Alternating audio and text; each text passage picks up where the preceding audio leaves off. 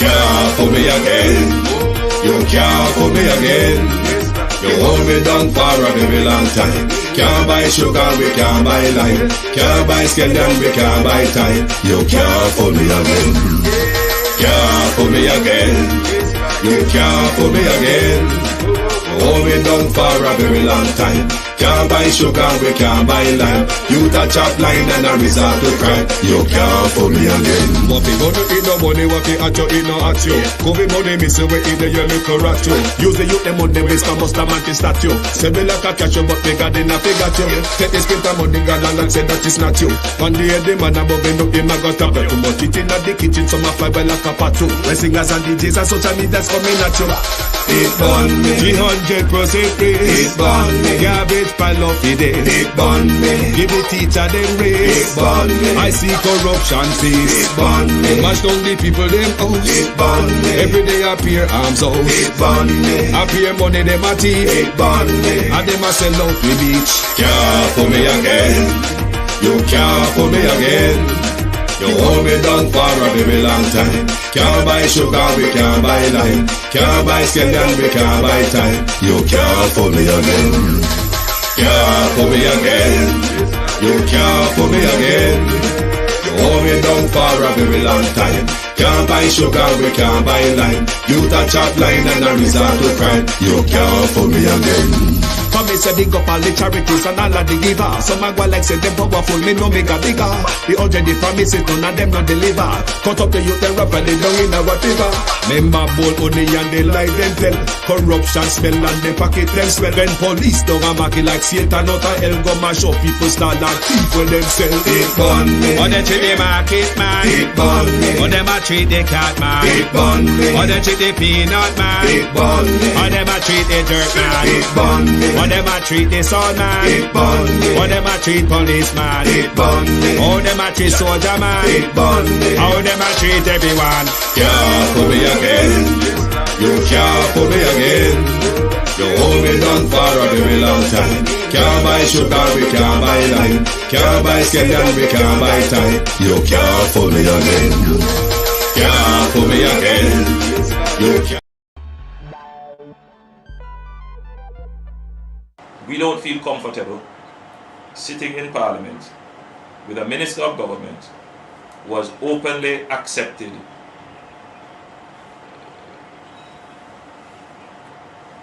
responsibility, who expresses no regret for the act, where a Commission of Parliament has confirmed that the act is corrupt and has referred it for prosecution, and that Minister shows no sign of wanting to resign, or the Prime Minister showing no signs of moving to dismiss the Minister.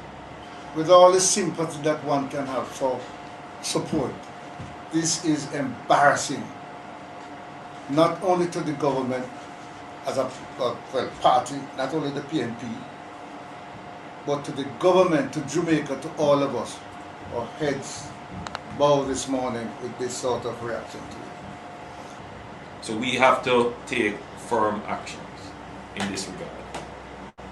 It is a dark day for Jamaica, where the Prime Minister is unwilling or afraid to act against a minister in which the public has lost total confidence and in which the institutions of the society are all agreed that this person does not enjoy their trust or faith and has breached the confidence that the people have placed in them. I believe that this has the potential, if it continues, to bring down the entire government. His money had to be held in 3 banks, 28 bank accounts, and nobody yet alive seemed to be able to work out the Prime Minister's assets comparable to his legal earnings. It is a good afternoon from me and a good morning to you on the Global Television Group. Thank you for joining us. I know I was away for a while. I have become very ill over the weekend, and I am not in the best of myself, but couldn't have missed today because the People's National Party will be laying it out all for you today as to the very important points in the cumbersome of the counting the Prime Minister's money. Well, I mean, enough thieving people, but thieving people normally always can check with them teeth. This year one year, not even him no member when thief. He don't remember which party stopped them. The people them were hold the thieving goods for him, confused with them, put in this account, yeah. No, sir, another the account there. A charity forget it, and I may forget it. No, I may forget it and a charity. Which is it, Prime Minister? But I've watched Zara Burton for 2 nights over on Partner Draw TV, and even the esteemed Zara Burton is quite confused as well. But something that I agreed with Zara Burton is that if FID is going to investigate the Prime Minister, then FID needs to travel back to 2007-8 when the loot started. Possibly why it has become so confusing for a lot of us is because we have dived into the loot halfway the journey, and it has rather become confusing. So if FID could go back to when the Prime Minister taught thief, because you see, going back to the roots of the problem is where you will find the problem, the root cause. When the Prime Minister starts stealing, and you've got to go back to the whole ADMAT era. That was the looting, shooting organization or company or whatever of the Prime Minister to hold stolen assets. Asset stolen from you, the people. We don't hear how unjust and rich, Lord Jesus. Boy, dog name will suffer because if Andrew picking alone rich so. Well, we never seen gas school. We never see the parents them attend graduation and put up graduation picture. Me no know if you don't know about you, you can't tell me. Never see them walk out of office one evening yet sweaty and tired. But them rich. Only under Holness regime. That people can't just get up out of their bed and turn rich. So, talk truth, people. Where else have you ever heard people get rich overnight? So, if you don't come out of the Holness family. But good morning and good afternoon, all. Me not go do no roll call today, but the whole on there, I don't know, sir. Me love and me respect, you know, me appreciate, you know, like and share up the live. I saw it go. When me get better and me come more stronger, when me can hold Andrew, throw him up against wall, and me can drop back pan Maka. Throw him against wall I'm making drop back Maka. But the People's National Party today will be laying it all out. And I see the finance minister, the finance spokesman, Julian Robinson, is a part of the meeting as well.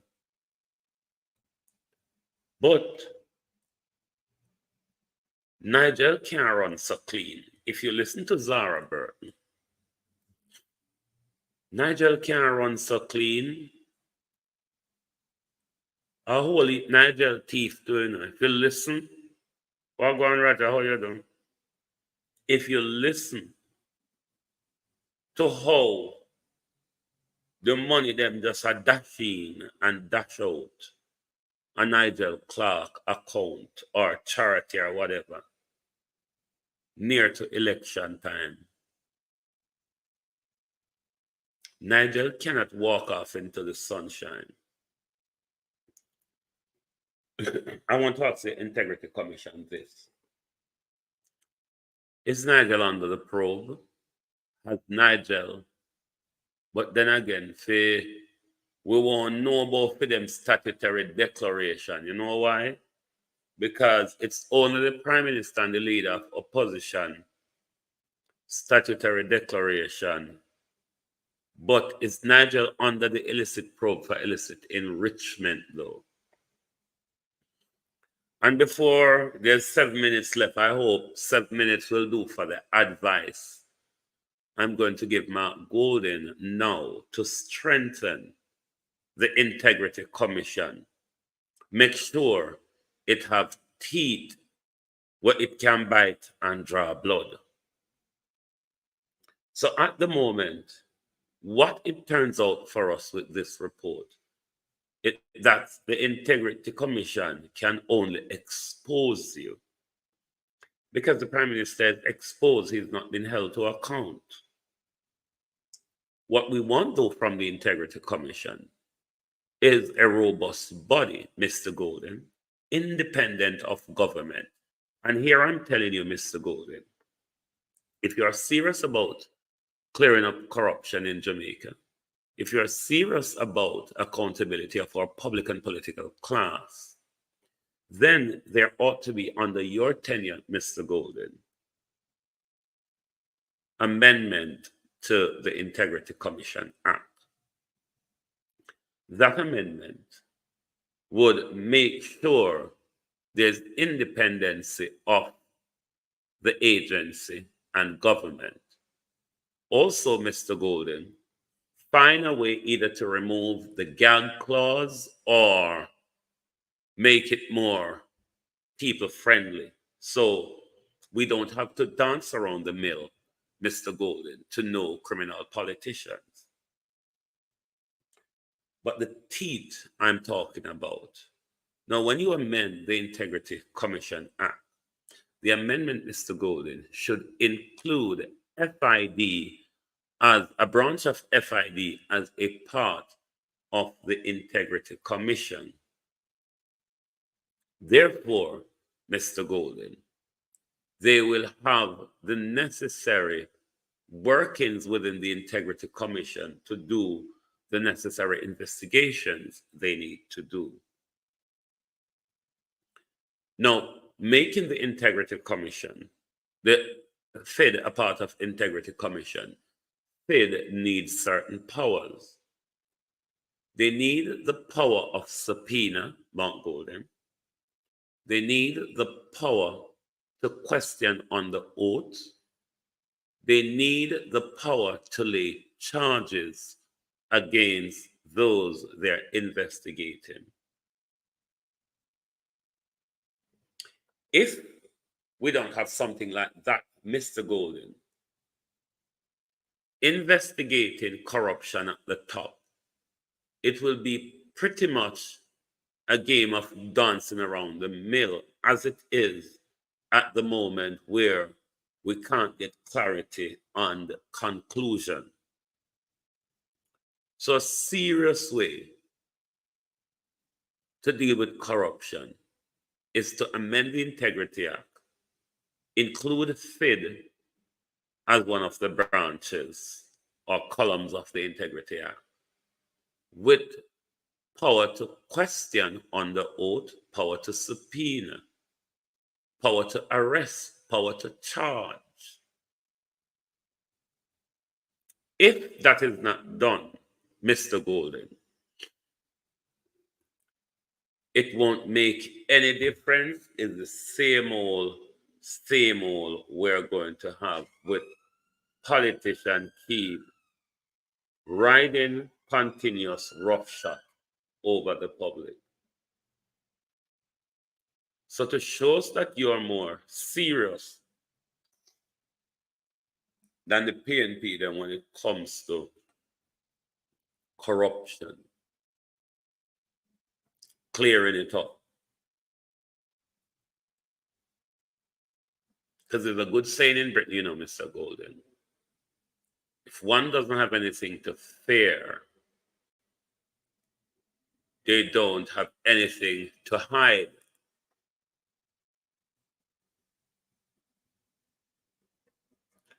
So think about that, Mr. Golden. Strengthen the Integrity Commission. Make sure the Integrity Commission is fit for purpose. At the moment, I am not sure that it's fit for purpose when a crooked prime minister cannot be investigated thoroughly or is being refused by the prosecutor of the IC from referring to prosecution, even though there's so much confusion within the prime minister's explanation. Him still managed to get away with it.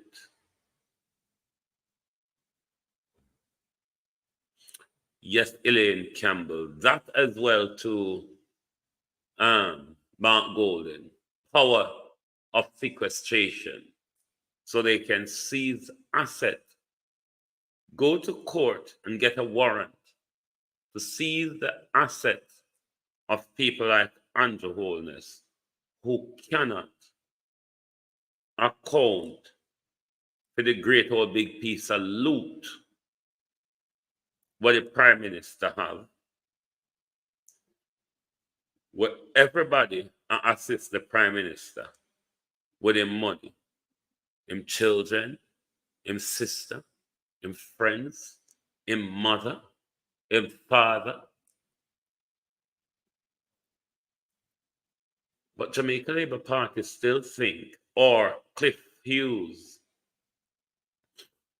Oh, Cliff Hughes and Blue Dot is telling us that the Prime Minister is 52% electable. Whoa, the Prime Minister electable. Minister electability. We're just waiting for the PNP page to go live. It should soon. They really should come on stream soon. And I hope they have now come on.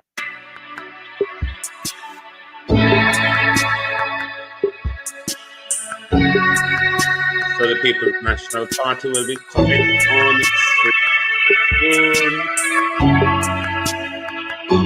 So as soon as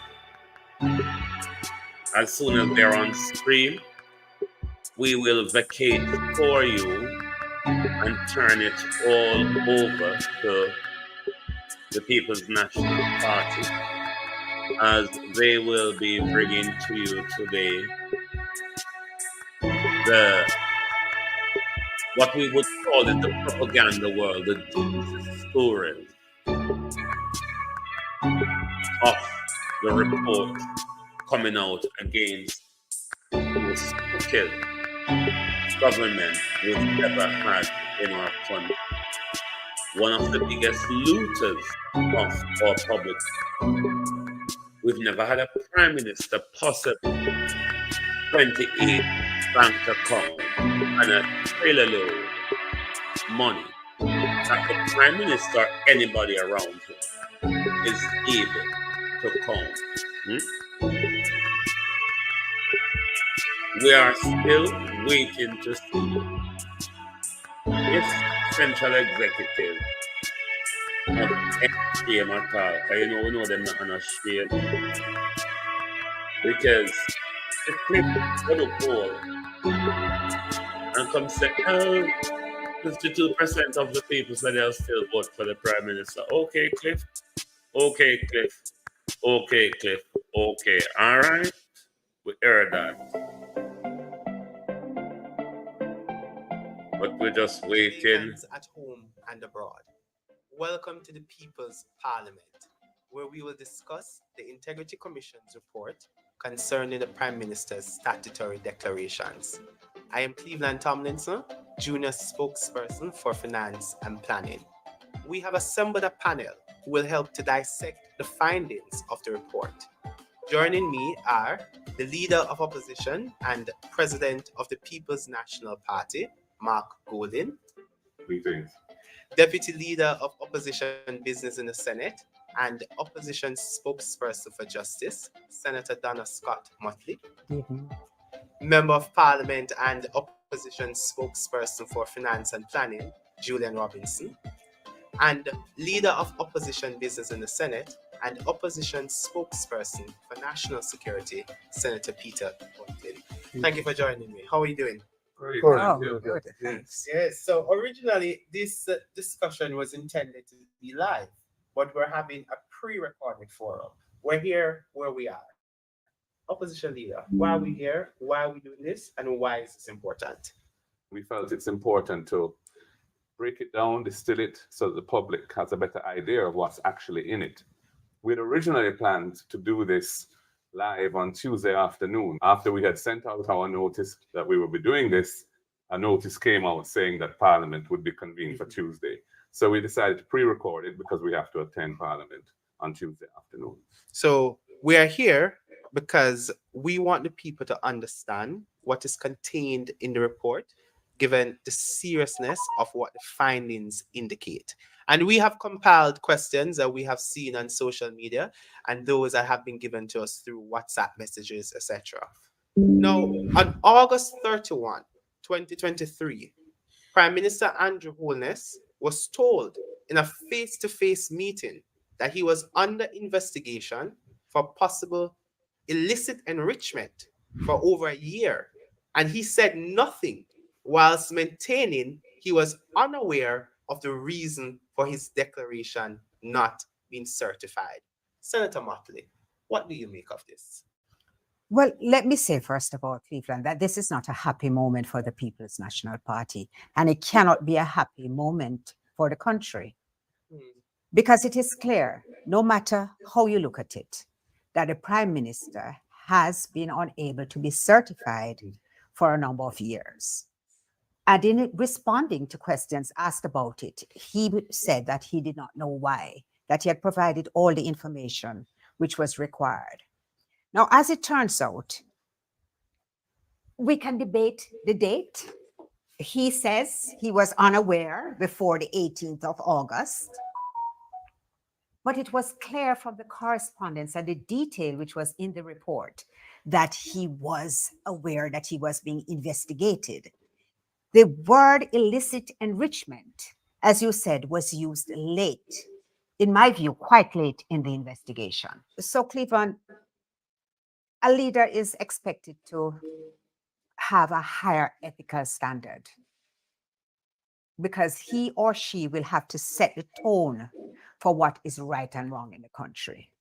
And I am of the view that Jamaica should be extremely concerned, no matter which political party you support, that our Prime Minister is under investigation. I mean, it's very concerning that the decision was communicated in a letter from May 2023, made reference to Section 14.5 of the Corruption Prevention Act, which is a section that creates the offense of illicit enrichment. A formal notice was, I think, dated August 18th, which made specific reference to the elements of that offense, which is that you have assets which can't be supported by your declared income, and that warrants a request to explain yourself as to how you acquired those assets. He has known this from August last year, so for over a year, he has not come to the country and said, I am under investigation for illicit enrichment, even though the illicit 6 and the fact that there were these investigations of 6 parliamentarians, which became 8 later on, was well known and something that was being discussed constantly in the media and elsewhere. So it was, to my mind, a serious deception of the people to pretend or to hold back the fact that you as Prime Minister were one of the persons being investigated. So this is a big problem in terms of his credibility, his trustworthiness, and I don't think that we can have a leader of our country who has lost the trust and confidence of the people. This is why we're doing this, because we feel it's important that the people of Jamaica understand the seriousness of what is before us. And so the necessary decisions can be made to move the country forward. I want to bring Member of Parliament Julian into the discussion. The IC in the report stated that the Director of Investigation was unable to arrive at a conclusion because he did not have access to Holness's personal expenses over the relevant period, along with unresolved questions around the companies that he is connected to. Well, what he said specifically is that the Prime Minister refused to provide details of his personal expenses over the period of the investigation. And he could not conclude definitively on the issue of illicit enrichment because he needs to match income to expenditure.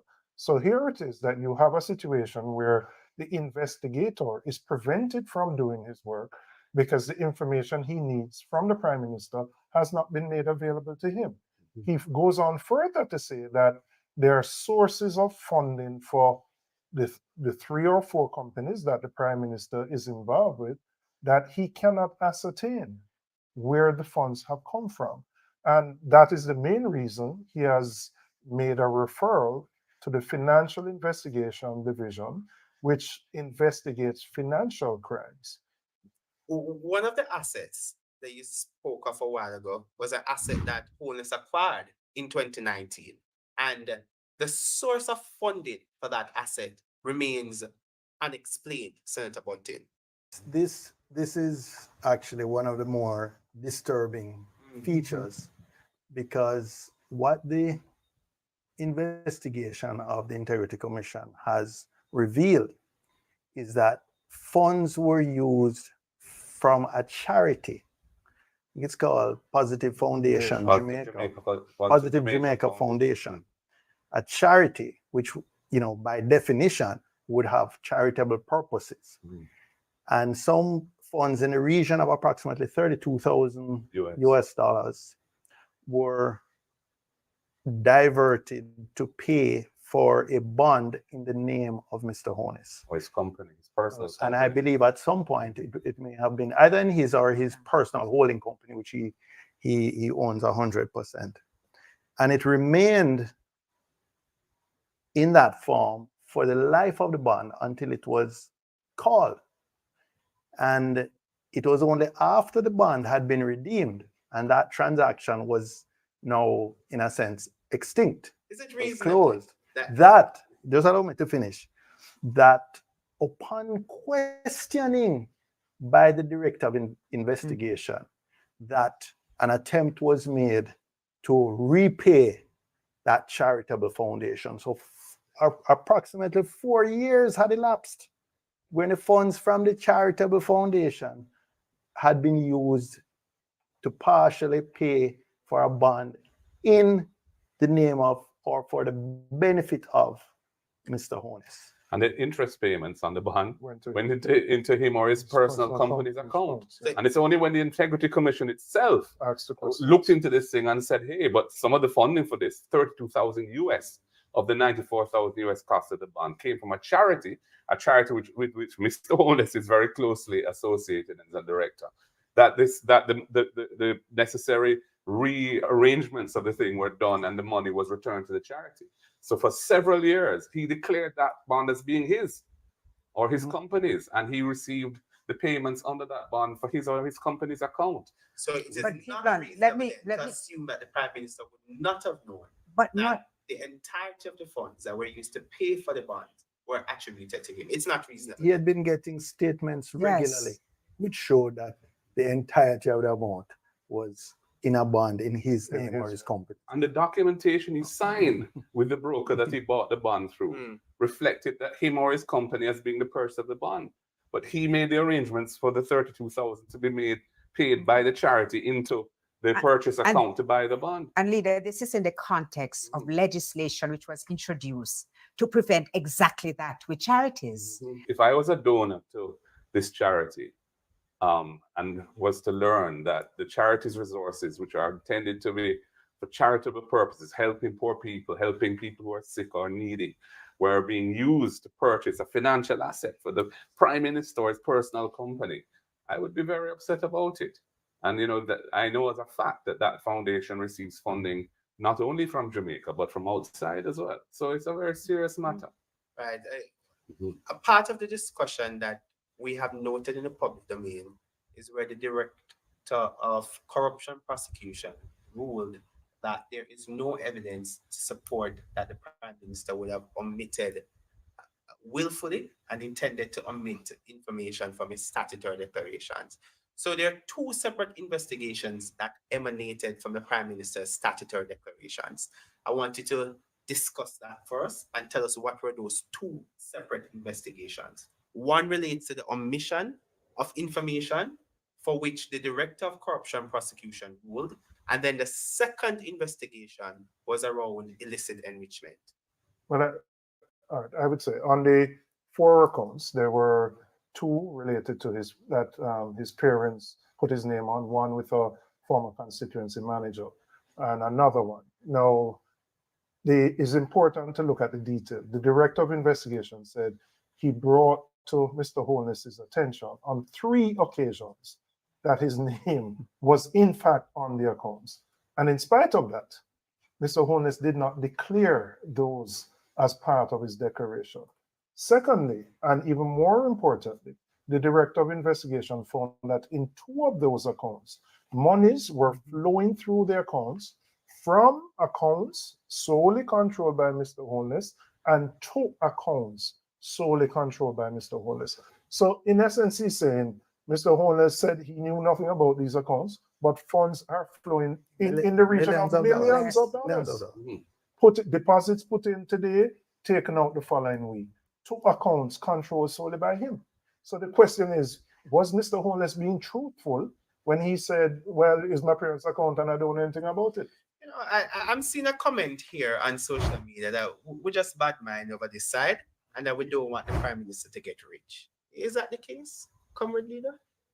Well, it's nothing to do with whether the Prime Minister should be rich or not. That's not the issue. The issue is to do with compliance with the requirements of the law relating to integrity and the statutory declarations that were made in this particular instance omitted certain bank accounts, which at the end of the year, at the date of the declaration, had fairly modest balances, but through which much larger sums had flowed from Mr. Holness's accounts and to Mr. Holness's accounts.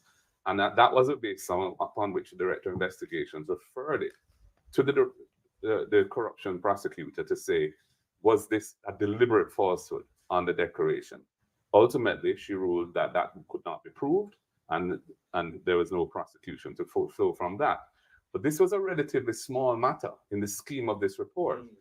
The bulk of this report is to do with the companies that Mr. Holness operates, has invested in, or is a director of, assets that they have, the very high volume of transactions between them, and the fact that they are filing tax returns which have suggested that they're dormant or they have no taxable transactions at all, and also investments that have been made using the charity's money, and we've discussed that already. So there's a lot in this report which suggests that we need to get to the bottom of this matter. And the decision of the Integrity Commission is that it should be referred to the FID for further investigation, because as Julian said, they can't take it. The Integrity Commission can't take it further because Mr. Holness refused to provide information that they required to complete the investigation. I mean, if you 3,600 transactions passing through 28 bank accounts, Mr. Holness was operating in his own name or the companies that he controlled, 28 bank accounts. And over a 3-year period, 3,600 transactions. This is the Prime Minister who was running the country at the time with some of the most important agencies and public bodies reporting to him. Yet he was conducting these very elaborate financial arrangements. That's 1,200 transactions a year, which works out to be about, divided by, if you call it 360, that is what? 3-4 transactions a day. Well, it's only banking days. No, on banking days. So 250. Right. It's 4 transactions. 4 transactions a day going among the 28 accounts. I mean, most people have 2, 3, 4 accounts. How you keep track of that is... What I wanted to respond to, because I think among the transactions, what is interesting is that 20 cardless cash deposits totaling 4,565,000 were made to Holness's Jane bank account between May and July of 2020. The depositor is unknown. Yes. And what was the explanation given? Reimbursement from Norman Brown, shareholder of Estate Bridge. Senator Bunting, is this a reasonable explanation? And I can tell you, as someone who has spent a large part of my career in the financial sector, that type of transaction is what bankers or financial sector employees are trained to raise a red flag about. It matches what would be called structuring, where you break a larger transaction, in this case a total of 4.6 million, into small transactions which are, or smaller transactions which are below the reporting threshold. However, one of the things you're also trained to do is to look for what are called high-risk customers. And so, for example, all of us who are in parliament or in politics are referred to as politically exposed persons, or PEPs, and should attract closer scrutiny than the average customer. So this series of transactions would match what is called structuring, and you're trained in your anti-money laundering training, all frontline staff of the banks, the compliance people, etc., to look out for these transactions. Not necessarily illegal, but it's a red flag. And then an obligation would be on the bank to either report it to the FID as a suspicious set of transactions, or to get a plausible explanation from the account holder. In this case, 2 reasons were, or 2 sources of these series of 20 cash transactions.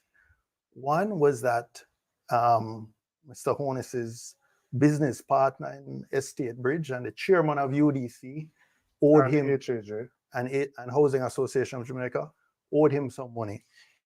But to me, to suggest that somebody at the level of a chairman of UDC, who I'm certain either has a checkbook or an online banking facility or a banking app, is going to get up from his desk somewhere close to 20 times over the period of 3 months and go to an ATM to lodge cash, it doesn't seem plausible to me.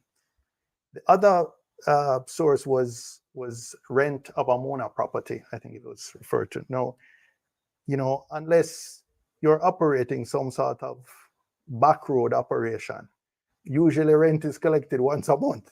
So that would, I imagine, only account for a small number of the total transactions.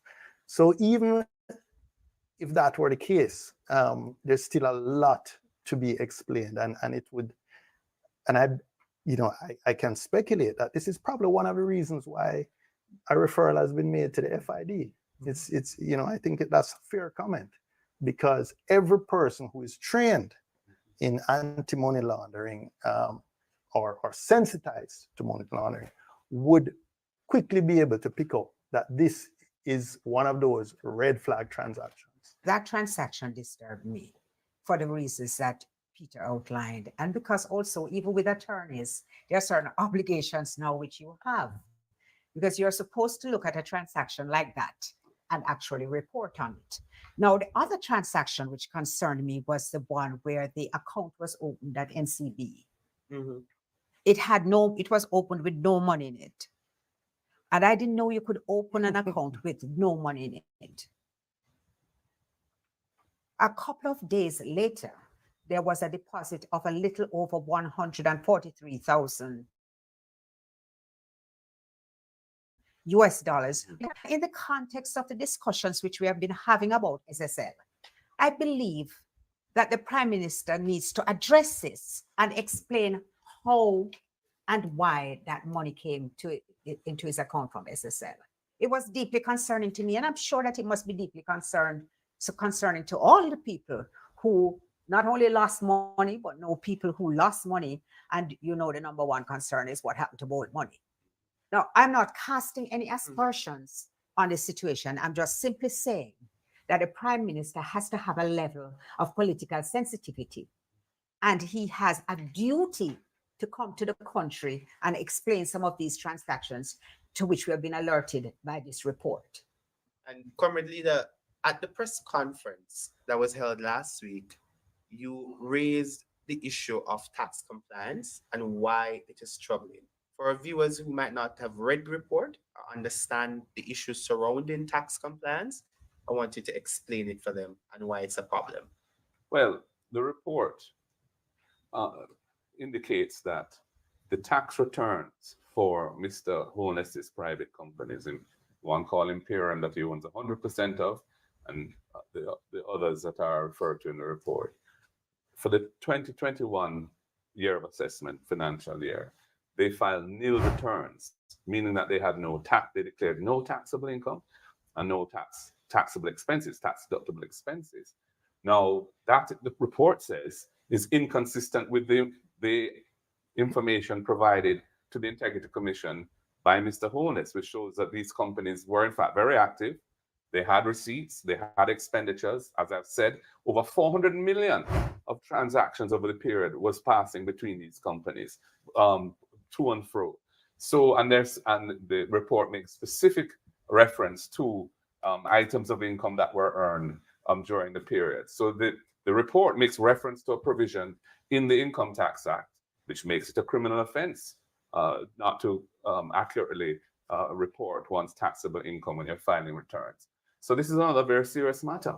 The Prime Minister is the head of the government, and he should not be filing tax returns which are not consistent with the reality of the transactions of those companies. So this is a big issue as well. Some of the concerns that we have seen in the public domain is that these two institutions to which the report from the Integrity Commission is referred to, Tax Administration Jamaica and the Financial Investigation Division, they both fall under the Ministry of Finance and the Public Service. The minister reports to the Prime Minister. There's a sense of public concern that there might be interference or obstruction of the investigation. Senator Bunting, is that a legitimate position for members of the public to take? Absolutely. The Prime Minister uses his own standard. When his ministers got into trouble, Wheatley, Royal Reid, Lloyd Green. Floyd. Well, no. George was a little different. That was a little different. He got into trouble. It was put in St. Elizabeth. He was put in an article. J.C. Hutchinson. J.C. Hutchinson. He told them they had to step aside. They had to leave the cabinet because it would not have been appropriate for them to remain and perhaps and have the risk or the perception that they could obstruct the investigation. No, there's no minister in a stronger position to obstruct an investigation than the Prime Minister himself. He, for example, is going to determine who the replacement Minister of Finance will be. under whose portfolio the FID falls. The FID right now does not have a permanent chief technical director, I believe the post is called, or technical director. Selvin Hay The retired. head of the FID was Selvin Hay, who retired a couple months ago. So it only has an acting head now. So there is not even any security of tenure for who is there. So the Minister of Finance is going to be very carefully selected. Let me just say that. We can expect that he or she will be very carefully selected. But I think the public is right to be concerned. I think any well-thinking person would be concerned. You cannot investigate yourself, or you cannot oversee those who are investigating you. That's just a basic principle. And we've seen over and over again where persons, whether in the private or public sector, that find themselves in such a position have to step aside to allow the investigation to be complete. Some contend that he has not broken any code of ethics and therefore he should not step aside. In fact, some go as far as to say that he has been vindicated, given that the Integrity Commission engaged an international forensic accounting firm. They found nothing. That's not true. No, That's not true. That's what he said. True. So I want you to engage No, with that they perspective. have. In fact, I would say the fact that the report has not been released, in my view, indicates to me that there may be potential down the road for the possibility of prosecution. And in any investigation, if you have that kind of information, you're not going to put it in the public domain. And we have to, and in fact, I think, again, it is in support of the director of investigation saying, let us refer to the FID. And I'm sure in their exchange of information, they have an MOU that they will provide as much information to the FID so that the FID can come to a conclusion about illicit enrichment. They're not restricted to providing information in the public report. Their MOU allows them to exchange the report of the forensic investigator, anything else that they have.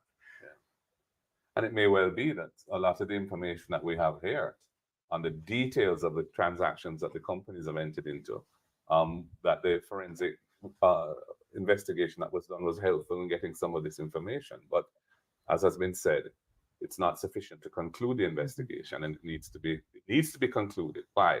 Because the Prime Minister remains under a cloud. His Integrity Commission statutory declarations from 2021 onwards have not been certified. And the report indicates that they cannot be certified until the Integrity Commission is satisfied that they are in order. So it's very important that this matter be allowed to come to a conclusion. And I think it's reprehensible, the initial responses that we're hearing from the government side, suggesting that as far as they're concerned, this matter is at an end. It should not be referred any further and so on. They're going to leave the Prime Minister under a cloud unless they let this matter be followed through to its end. And so I don't think that their responses really are helpful to his situation at all. To me, they should be asking everybody to act hastily, yes, especially if they believe in his innocence, so that he can be cleared. There is conflict of interest. So the Prime Minister appointed his business partner and co-investor in his real estate company, Norman Brown, to the chairmanship of UDC and the Housing Association of Jamaica, which both, as Senator Bunting said, fall under the Prime Minister's portfolio. Why is there a conflict here? Let's just say the UDC and HAJ are two of the biggest public sector agencies in terms of expenditures, right? They spend billions of dollars. They're also significantly in the business of construction, housing, real estate development, which is the same type of activity that the Prime Minister is in, right? So the significant conflict is that you're appointing your business partner to head these two entities. They're engaging contractors, spending billions of dollars, and your private company is also doing the same thing. It is a significant conflict. And that individual, Mark, there's been no adverse finding in relation to his conduct in either of the entities at this point in time. But frankly, that person should not be in that position. he should remove himself so that there is no conflict at all. And it shouldn't even come to this. The fact of the matter is that, 18 Degrees North highlighted this a couple months ago of his directorship in these companies and the conflict with his business relationship with the Prime Minister. He should have removed himself long ago.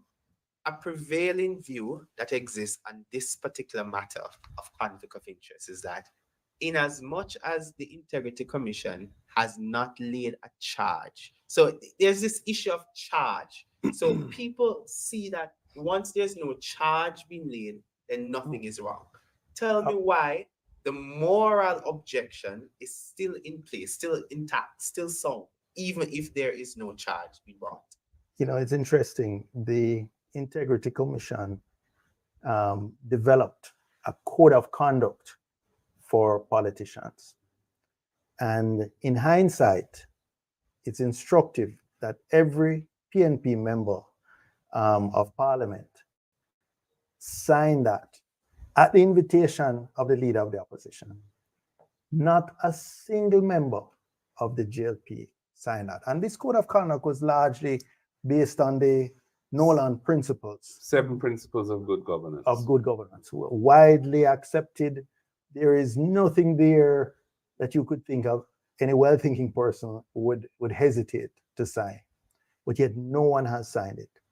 But the reason that these principles were developed was that for your leaders, you need a higher bar than criminal conduct. If those who say, well, they're not charged criminally, therefore everything is all right, then we've really hit rock bottom. And as the lawyers could explain, because you're not able to prove a criminal charge doesn't necessarily mean the person is innocent. It just means the prosecution cannot prove it. So they attempt to set these principles, which are at a much higher level, for you to avoid conflicts of interest, for you to conduct yourselves in such a way that you are not preferring your own wealth, your own balance sheet at the denial of the benefit to the taxpayers and so on.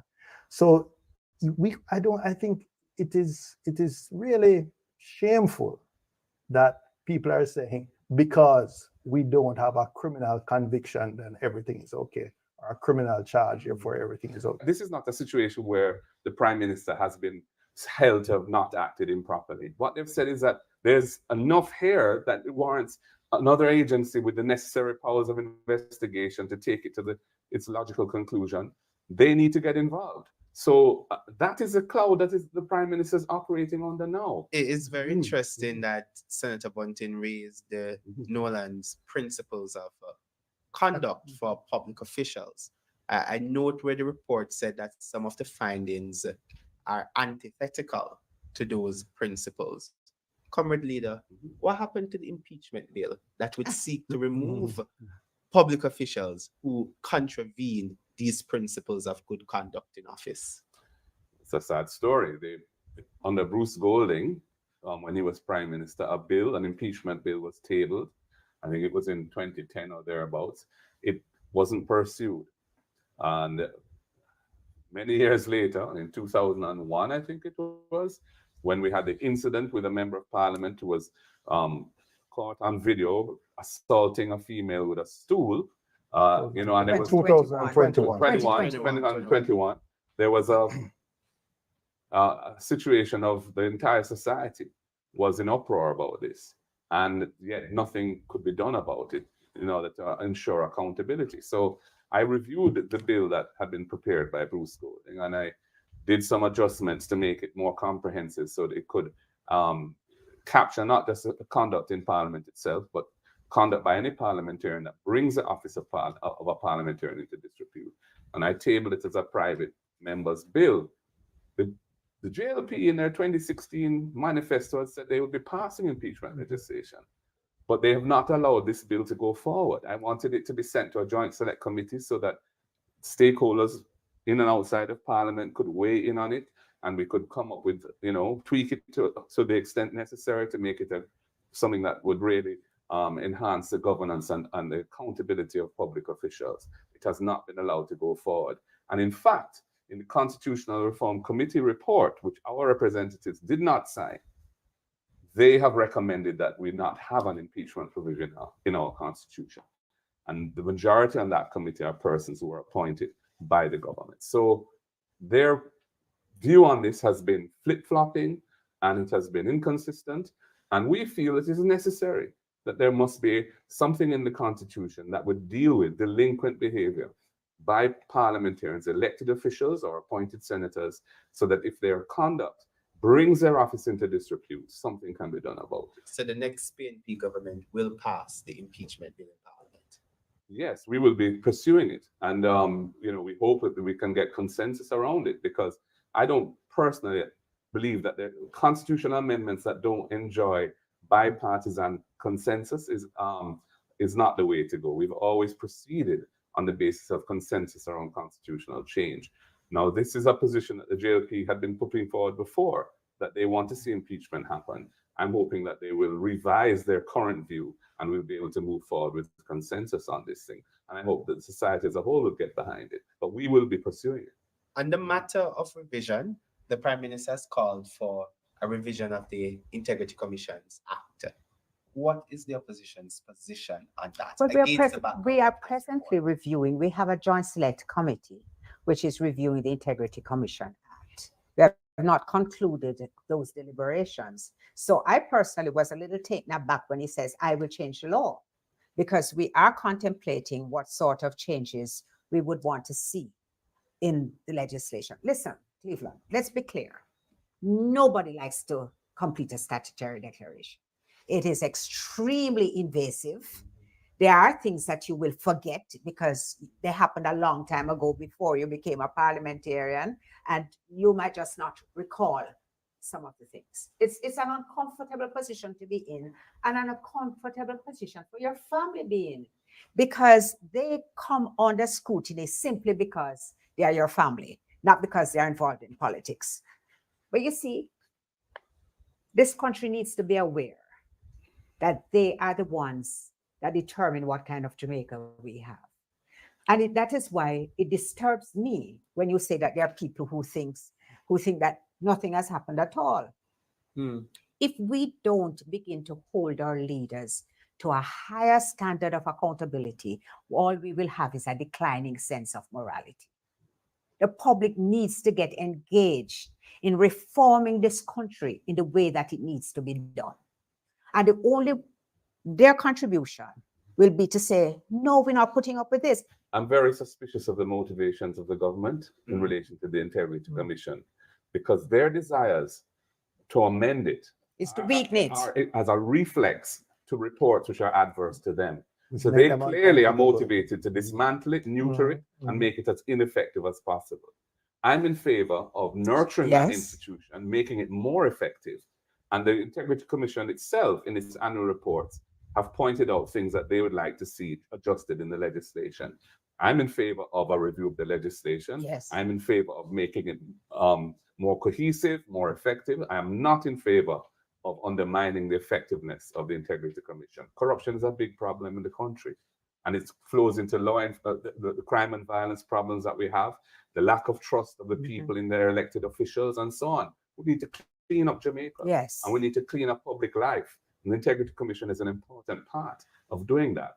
So any amendments which are motivated by an intent to make it less effective, ineffective, neuter it, dismantle it, do not have our support.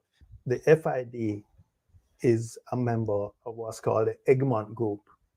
This is international grouping of financial intelligence units, and they share financial intelligence. So just imagine that every other country who is a member of this Egmont Group, they will now be looking into the financial intelligence, or they will have the capabilities to look into the financial information and other information which may not be set out here, but which the FID will have to pursue. And the FID might very well be asking for their cooperation. Now, is this really a process that you want to put the country through while the Prime Minister is being examined, perhaps not just by our own FID, but other members of other financial intelligence units across the world. Frankly, the whole situation that we're faced, we're an agency of government that falls under the Ministry of Finance. Two agencies, as you pointed out, Tax Administration Jamaica and the Financial Investigations Division, are being asked to investigate the Prime Minister and companies that he is associated with. Is an untenable situation for the country to go through. How could a Minister of Finance be comfortable that his boss is being investigated and his agencies that report to him or her have to be investigating the Prime Minister? It is unheard of, and it is not something which Jamaica has ever had to deal with before. And I don't think it's right that the country should be put through this. There should be elections, and the country should be given the opportunity to choose a government in light of what is going on now. So where do we go from here? What will be the disposition of the opposition with respect to this investigation? What we have seen on social media is that persons are calling on the opposition to table a motion of no confidence to trigger a debate in Parliament. Is that something that the opposition is willing to do, has considered? We did it in relation to the situation out of the 2010 incursion and what followed from that. So it's not something that we are not familiar with. And so it is something that we are considering, yes. We have an obligation, and I believe, others in media, etc., to really break it down into bite-sized portions and just take one thing at a time. Just take positive media solutions, for example, which arose from some old equipment that the Prime Minister had, some cameras and drones and stuff that were years old, that he valued at $2.5 million. But the company was formed in 2020. By 2021, at $2.5 million, I was translating into over 20 million of revenues. But that same company was able between 2021 and 22 to be transferring $72 million to Imperium. That same company, the secretary, Mark Hazan, told 18 Degrees North that he knew nothing about it. He knew nothing about it. That was the secretary of the company who is shown to have contributed 2.1 million as a shareholder contribution, even though he owns one share. And Imperium, which owns 99 shares, their shareholder contribution was 2.9 million. So Mr. Hazan, although he says he knows nothing about it, based on what Positive Media has presented to the Integrity Commission, he has paid a huge premium for his one share. So a lot of these things just don't make any commercial sense. And the clients of Positive Media that from which they've earned this revenue were the Jamaica Labour Party, His constituency. Mr. Holness' right. Constituency organization. And one very curious company called Green Emerald. Mm-hmm. There's a lot more can be said about. A big question for the Integrity Commission was the income generating capacity of these entities to have the sums of funds in their accounts as reflected. But the people want to know if the opposition will be sitting in Parliament with the Prime Minister, noting what the Prime Minister said when he was opposition leader regarding the outcome of the investigation into then Minister of State Richard Hazan, where he said that the opposition will not sit in Parliament with someone who has been the subject of adverse findings from a report. The contractor general. Will the opposition be doing the same? Our obligation as members of Parliament is to attend Parliament and represent persons who elected us. So any decision not to attend Parliament on any prolonged basis would be a very serious one. And we would have to consider that very carefully. At this point in time, all options are open. We haven't come to any final decisions on any of those issues. We've been trying to digest the report. We've been trying to explain to Jamaica what the report says. And we've been having dialogue with other stakeholders in the society, so to see what their positions on the matter will be. But you know, clearly this is a new era for Jamaica. We're on uncharted waters, and we need to, as an opposition, we need to assert ourselves appropriately so that there is accountability and that the people of Jamaica's interests are protected. And that's what we will be doing. High standards of ethics and moral conduct are expected of the leaders of the country. And our system depends on our leaders behaving in accordance with those standards. And where you have a report from the agency that has been established to ensure integrity in public life and to expose corruption, delivering a report like this, which has serious issues that have come out of it, which are unresolved, it means that Jamaica needs to draw brakes. There needs to be a fundamental change at this point in time. And that change is either the calling of elections to allow the people of Jamaica to decide who they want to govern them going forward, given the mess that we're now in with this, or the Prime Minister himself stepping down. It's one or the other. And I wait to hear which one it will be. There you have it, the People's Parliament. I want to thank our panelists for joining us to dissect the Integrity Commission's report concerning the Prime Minister's declarations. A lot we unfolded here this afternoon.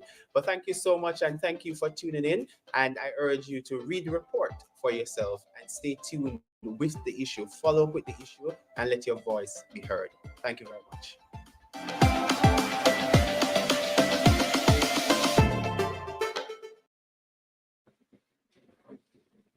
Yes, there you have it. Make of it what you will. The Nolan principles. Be prepared to screenshot these, please, because I can't read nothing to you right now. Please screenshot the Nolan principles coming up.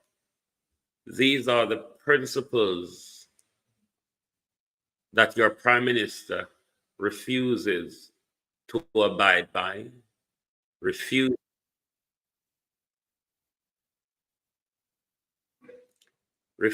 to abide by, refuses to sign them. Carlos Wagwan. So those are your Nolan principles on screen. The 7 different limbs that should be expected of your government. But Andrew has not only failed to sign them, along with his cabinet and party, he has failed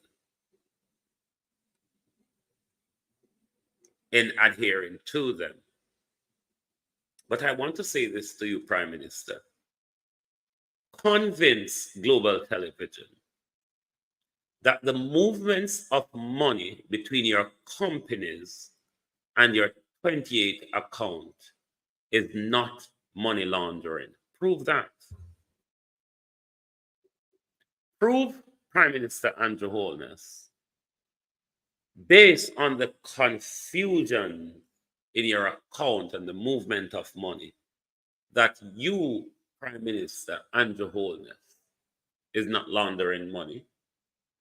1, based on your tax reporting, Prime Minister, is not evading tax. Based on the undocumented, we don't know where the money come about into your account, Prime Minister. Help us to understand that you are not a scammer. Help us with all of this confusion, to and fro, here and there, Prime Minister, that you are not involved in racketeering and embezzlement. Just prove it. He, Prime Minister, who has nothing to fear, has nothing at all to hide. Prove it that you, Andrew Holness, aren't a criminal. because we have seen it for what it is. I don't know when you'll wake up to it. Mother, father, sister, I've never seen an entire family. I have never seen an entire family where everybody hand get stuck in the cookie jar. Teeth in mama, teeth in papa. But let me say this, mistake. The prime minister has a brother, a Rastafarian brother, who is in the music industry called Mystic Mikey or something like that. Congratulations, Mystic. Your name has not been called out of all of the thieves, Mystic.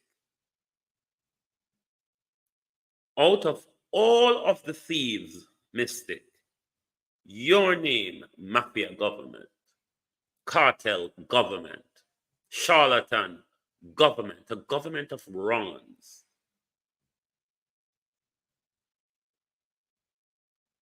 Congratulations, Mystic. Because out of all of Andrew Holness family, mama, papa, sister, sons, wife, I mean, it's a battle clan of criminals, is it not? But thank you all for being here. When I know me don't feel well, may I'll get some rest now. I will try to come back at 11 o'clock tonight. We are hoping that the Prime Minister will resign tomorrow, or we are hoping that Parliament will be dissolved tomorrow and a general election is called. The country cannot continue like this. We might as well go down at Tivoli, Waterhouse, Rima, or whatever. Go pick up few boys, put in a parliament, to run the show for we. Because if you look at the battle clans that are there now, I mean, how can you rule out the difference of them and Tivoli Gardens, Rima, Waterhouse, Arnott Gardens? I mean, it's a society of wrongs, isn't it? It is a society of wrongs. Andrew Holness cannot continue to lead the country. Not in the mess that he is in.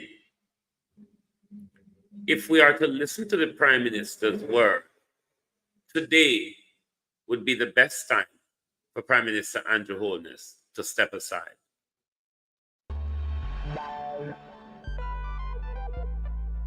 We don't feel comfortable sitting in Parliament with a Minister of Government who has openly accepted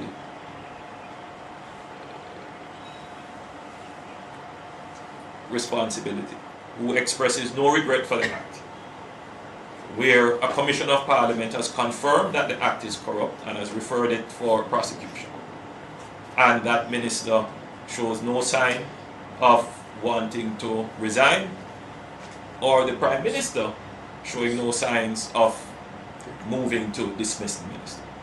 With all the sympathy that one can have for support, this is embarrassing, not only to the government as a party, not only the PNP, but to the government, to Jamaica, to all of us. Our heads bow this morning with this sort of reaction to it. So we have to take firm actions in this regard. It is a dark day for Jamaica, where the Prime Minister is unwilling or afraid to act against a minister in which the public has lost total confidence and in which the institutions of the society are all agreed that this person does not enjoy their trust or faith and has breached the confidence that the people have placed in them. I believe that this has the potential, if it continues, to bring down the entire government. I want to say congratulations to Mighty Mystic. That's the Prime Minister's brother. for staying clear of the Prime Minister's crime, even though his wife, children, father, and mother could not have stayed away from the Prime Minister's crime. His brother, mighty Mystic name still hasn't been called. And so far, Mystic, congratulations, because you stay out of the swelter of it all. What a disgrace. If you have not yet screenshot the Nolan principles, please do so. Ademia Andrew Freda, Ademia Andrew no want sign to, Ademia Andrew don't want abide by. Thank you very much for listening. And even with me not so feeling good self, I hope to join you back later this evening. Thank you very much and good afternoon from Global Television.